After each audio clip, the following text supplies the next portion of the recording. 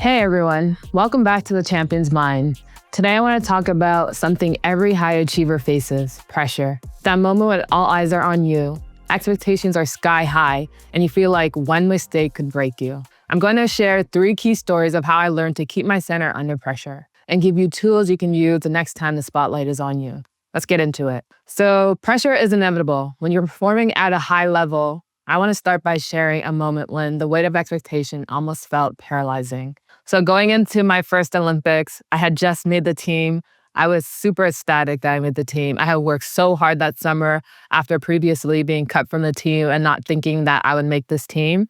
I came into the second training camp for the Olympics with a lot of confidence and honestly with this growth mindset that I wanted to learn and just be able to take in everything. So even if I didn't make the team, I would still end up leaving with something. So I make the team, I'm ecstatic, and obviously I have all these expectations of playing, really contributed to a team in a meaningful way, and eventually being a very key role player on the team. And the first couple of games, I didn't play as much, so I didn't feel a lot of pressure. But I started to do really good in practice. The coach started to trust me more, and then I started getting more minutes.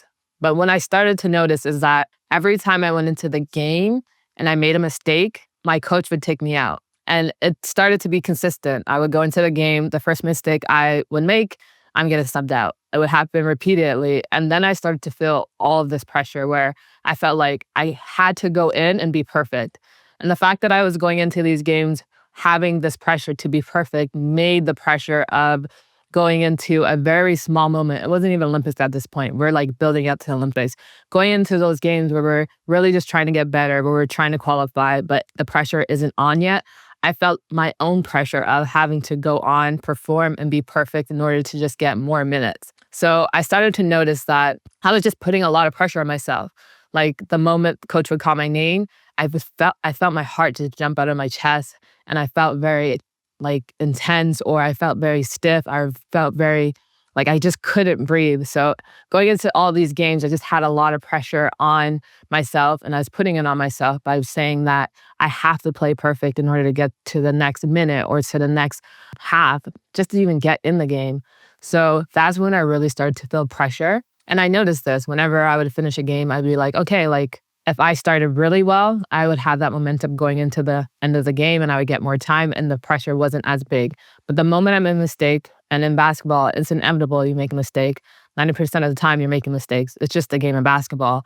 I always felt like this pressure was building up. So why it mattered was because I was so focused on the fear of making a mistake, and having that hyper focus on that mistake actually made me mess up even more. And I started to notice this pattern where the more I was focused on not making a mistake, the more I was taking myself from the present moment.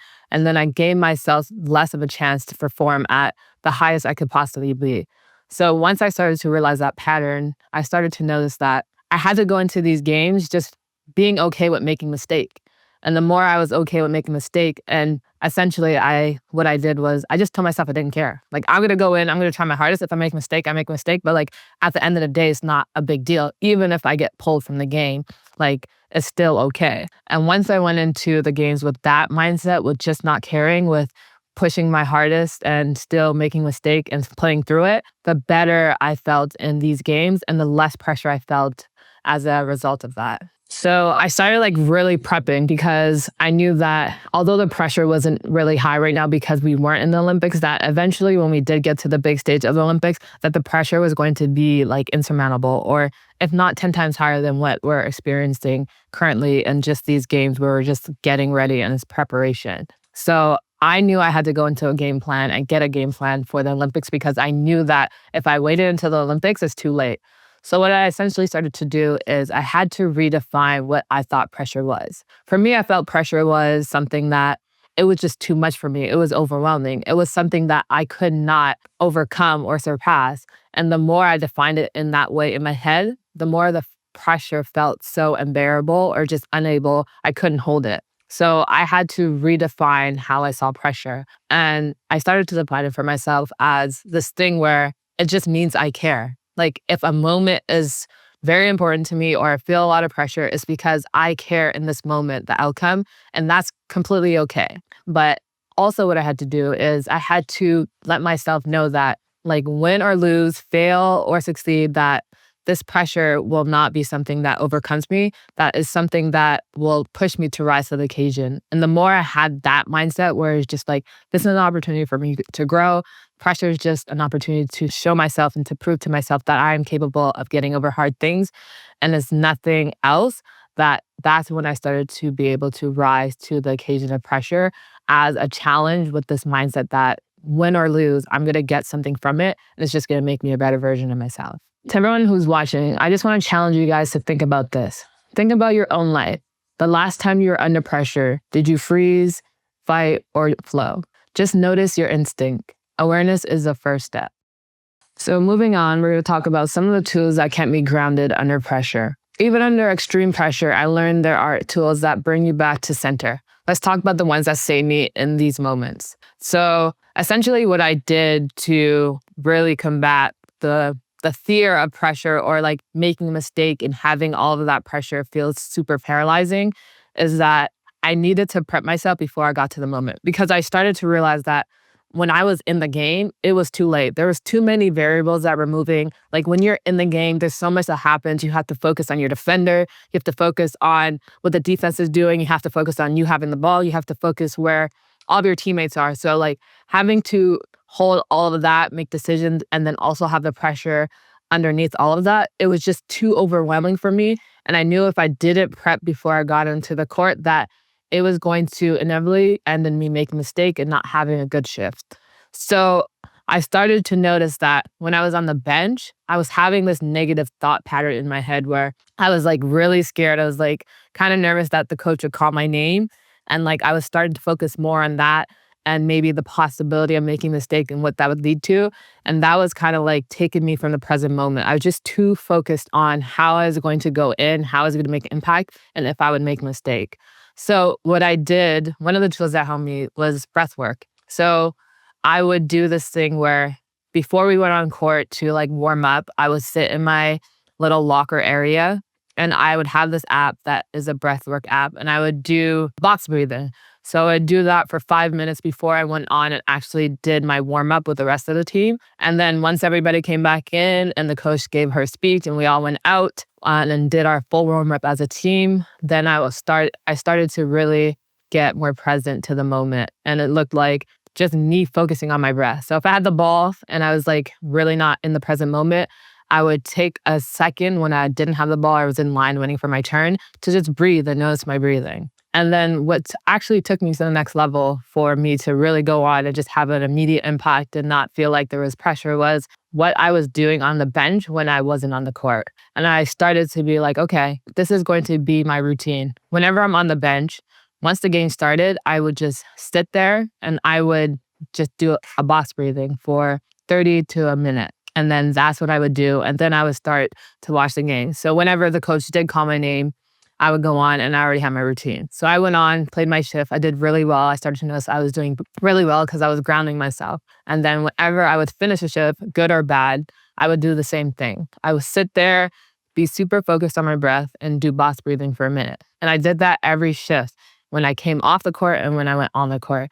And I started to feel more relieved and being able to not feel so much pressure whenever I did go into the court. The reason why this mattered was because it really helped me become present to the moment. Whenever I was in my head or whenever I was just disassociated from the present moment that was happening in front of me, I wasn't giving myself the best chance to perform at my highest level because I was too distracted by the noise that I had in my head, but also the external noise of like the crowd or like what people would think if I made a mistake or what my coach would do if I made a mistake. All of these were really taking me from the present moment, and I wasn't able to be my best in the moment for the team because I was just too distracted by everything else, and it was taking away from my focus. So being able to center myself in the middle of a game, doesn't matter if it's in game or when I'm on the court, like being able to do that consistently helped me just ground myself and be more present. And the more I was present, actually, the better I played. And I started to know that this was super important for me to like move forward and be able to handle pressure in the Olympics. So my challenge to everybody who's listening is to, the next time you feel pressure, try to, one, reset. A slow breath or a mantra or a quick visualization of success will help you, one, be able to relieve that pressure. just one tool can shift everything. So just really think about that and what that tool is for you. Finally, I want to share how I learned to see pressure differently, not as an enemy, but as an opportunity to show up fully. So before this, the reason why I saw pressure in a negative light was because honestly, I was just really scared of failing. And to me, failing was like fatal. It almost felt like if I failed, I would die. And that's where the pressure started to feel like the most paralyzing, is because I started to define it as something that would make me a failure. And the more I personalized it and the more I thought about how it would make me feel and how people would see me, the more I felt like it was something that was insurmountable.